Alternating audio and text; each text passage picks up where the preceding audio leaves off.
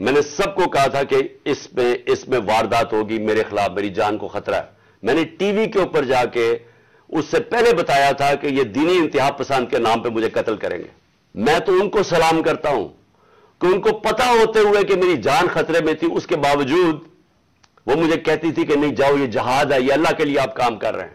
جب میں جا رہا تھا، میں آج اپنی قوم کو بتانا چاہتا ہوں کہ جب میں جا رہا تھا مارچ کے اوپر، سب کو، میرے ارد گرد بھی لوگوں کو پتا ہے، میں نے سب کو کہا تھا کہ اس میں واردات ہوگی، میرے خلاف میری جان کو خطرہ ہے۔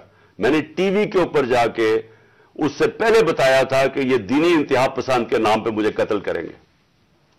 ہر روز جب میں مارچ پہ جاتا تھا اور میں بشرا بیگم کو خدا حافظ کہتا تھا، میں تو ان کو سلام کرتا ہوں کہ ان کو پتا ہوتے ہوئے کہ میری جان خطرے میں تھی، اس کے باوجود وہ مجھے کہتی تھی کہ نہیں جاؤ، یہ جہاد ہے، یہ اللہ کے لیے آپ کام کر رہے ہیں۔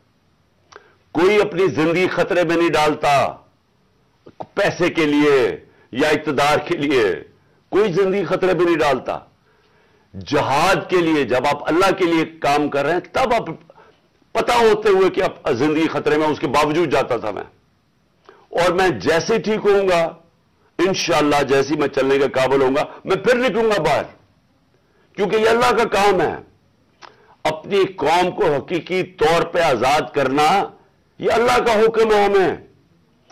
ظلم اور ناانصافی کے ساتھ سامنے کھڑا ہونا یہ اوپر والے کا حکم ہے، اس کو وہ جہاد کہتا ہے۔